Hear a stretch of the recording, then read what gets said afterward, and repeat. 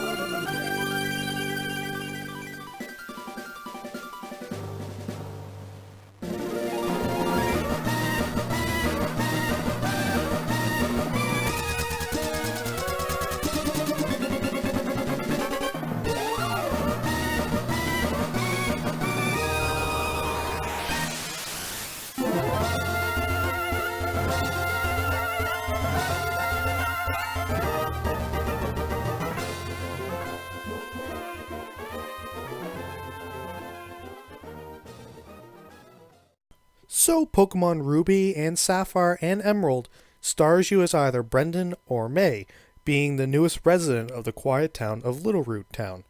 After nearly escaping death from being in the back of a moving truck, you exit out and check out the new house where, just before leaving, you catch the end of a TV program talking about your father. What?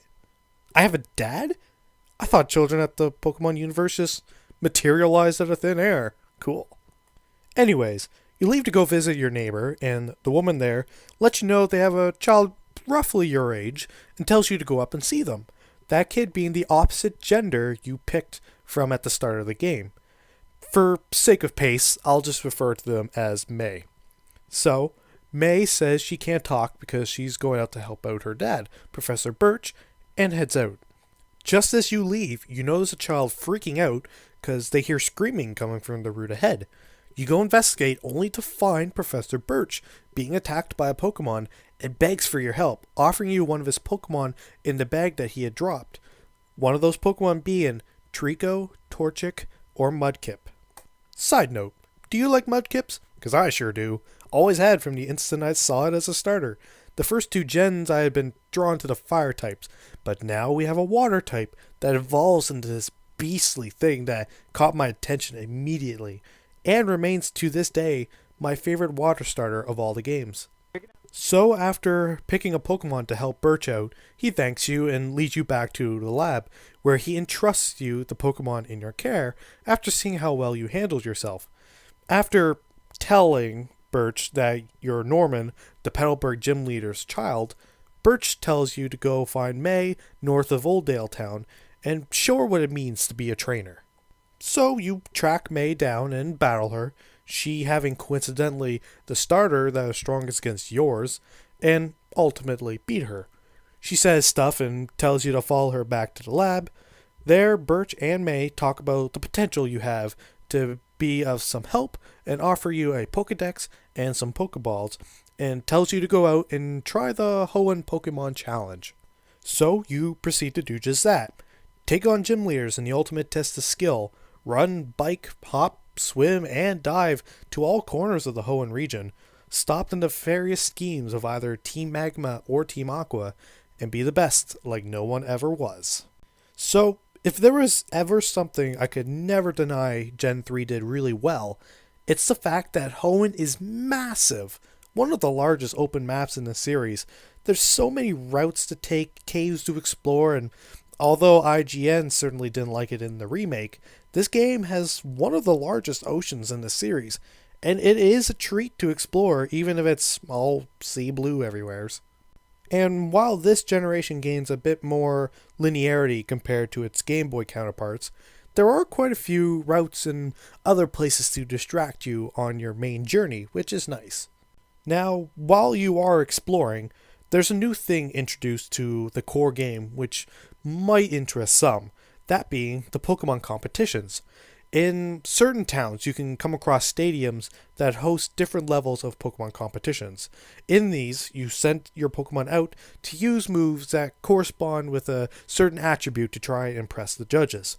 Each move has a meter to determine how much it'll impress the judges, and some moves may have special features allocated to them to either strengthen the move under certain conditions or to mess with your opponents. It's not a bad distraction. I've dabbled in it from time to time. Something that helps it is by feeding your Pokemon Pokeblocks. Certain Pokeblocks raise a certain attribute on your Pokemon to make them look more suitable to judges during the showcase part of the competitions. Making them involves collecting berries and then morphing them into a nice puree in a button timing minigame. Competitions are fun, but not something that will or even should be a sole focus for the main game. Where that is of a main focus, of course, is in the main story, and oh boy. So, Ruby, Sapphire, and Emerald ditches Team Rocket and the Mafia-style baddies for a more end-the-world fanatics type of folk in Team Magma or Team Aqua, or both, depending on the game. Now, here's the thing. No, I do not like these villains, or this overall story for that matter. Team Aqua or Magma's overall goal is to either bring the world back to its original state by summoning either Kyogre or Groudon to either flood the world or dry it up respectively.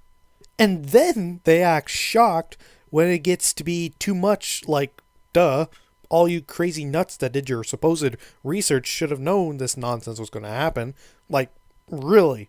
What did you think was going to happen if you flooded the world? Everyone was just going to live in Pacific Town? Nah, son, I ain't about that. I preferred the previous game's baddies for their aim for personal gain in Team Rocket and pretty much every team after this generation, as theirs actually holds some sort of substantial stake for the world, as you don't want the baddies to rule over it. This one, no one will rule, because everyone will be dead.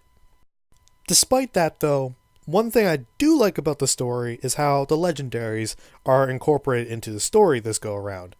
Generation 1 had none, and Generation 2 was referenced but optional, but now Groudon and Kyogre are actually involved in the plot, obviously, and through that, it actually gives some Pokemon some character as the bringers of the end of the world rather than just a blank slate.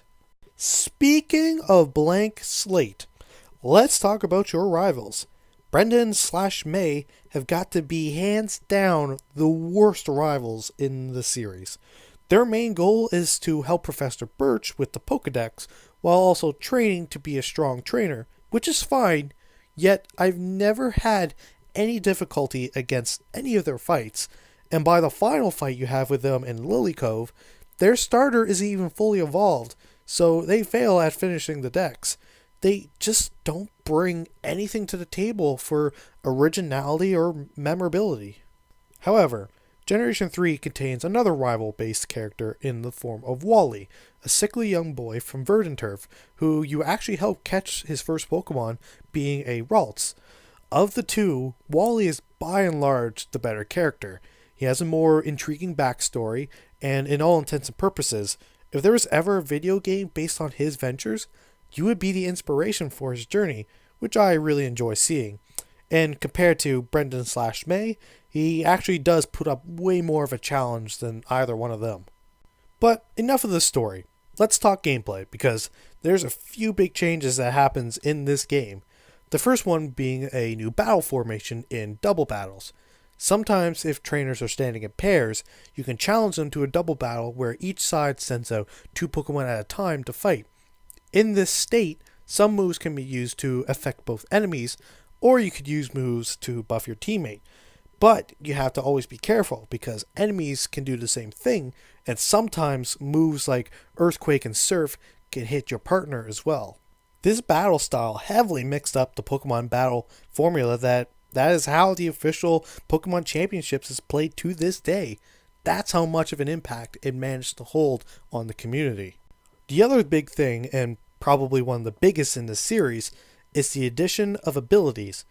Now, every Pokemon has a passive skill linked to them that can either affect in-battle stuff like lowering stats upon being sent out, or things in the overworld like being able to find items at random.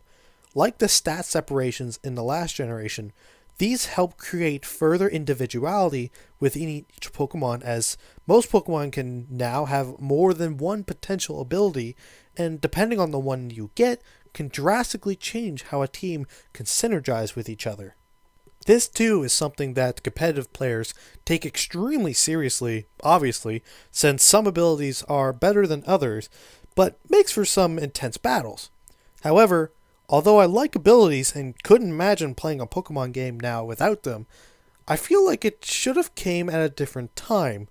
I mentioned it briefly in my Fire Starters video, but I'll say again here. There are a lot of different abilities that trigger upon making contact or affect specific stats, which is fine. However, with the difference of physical and special moves still being based on the type the move is, it could either create an extremely unfair or overpowered environment to try and deal with. It's not that bad, I suppose. I guess I'm just being somewhat nitpicky about it.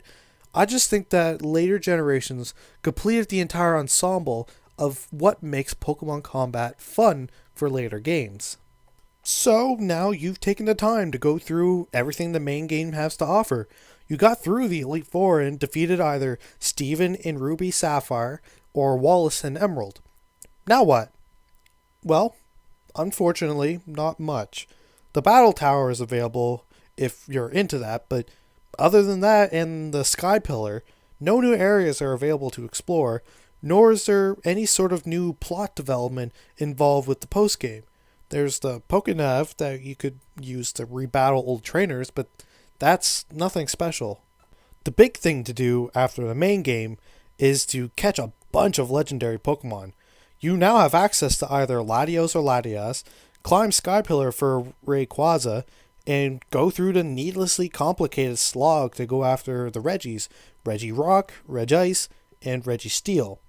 Now, these are fine. It's a fun catching challenge if you think paralyzing them and then chucking a million balls at them is fun, but with nothing else to do with them except for running the Elite Four for the end of time, these hold no personal enjoyment for me. Having these uber Pokemon presented at the post-game with nothing else left to do just leaves me not caring much for them. That's what's supposed to make Pokemon special compared to other RPGs like Final Fantasy, in that while Pokemon don't inherently have personalities in the games, at least, you yourself can project a character onto your Pokemon through their battles. Maybe a Pokemon is clumsy in your eyes because it misses a 95% hit chance to tackle way too often. Or maybe they're a clutch fighter, scoring a knockout critical in an epic fight. But having these legendaries in the postgame with nothing to do just feels pointless. For example, games like the recently released Fire Emblem Warriors, I'll get there eventually, has characters you can unlock only in the post-game, and unless you deliberately go out of your way to get them, you can't really do much with them. Or with games like Persona 5, where your last party member, you get them so late into the game that their character arcs and personalities almost feel rushed to make them feel relevant to the main plot. But they were revealed early enough and had time to learn a little bit about them before they actually joined the team. In that sense, that's why post-game legendaries, to me, aren't anything special And Generation 3 has some of the worst ones in terms of setup. I know they're set up as a challenge in terms of catching them all. I just wish there was more to do with them.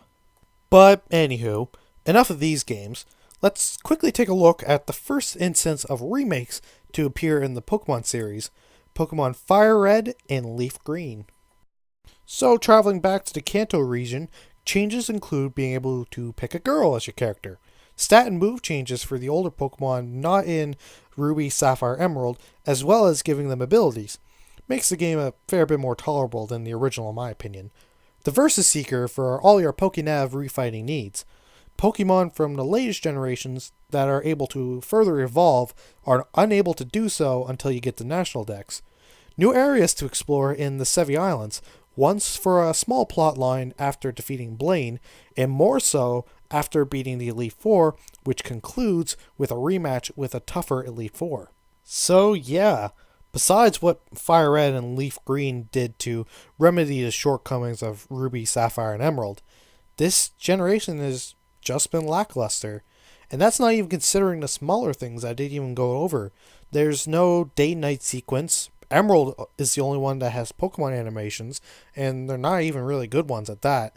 The somewhat disappointing music, especially the redone music for the remakes, the overdone usage of HM moves, this generation really didn't do much for me besides abilities and Mudkip. So in that regard, yeah, that makes it my least favorite generation thus far. Granted, I didn't hate the generation. I've never disliked any. This one just underperformed for me. But no matter. That's it for this generation. If you like what you saw, maybe check out my other videos on the Pokemon generations. And next time we look at it, we look at Generation 4, Diamond, Pearl, and Platinum, and their remakes Heart Gold and Soul Silver. Until then, I'll see you guys later.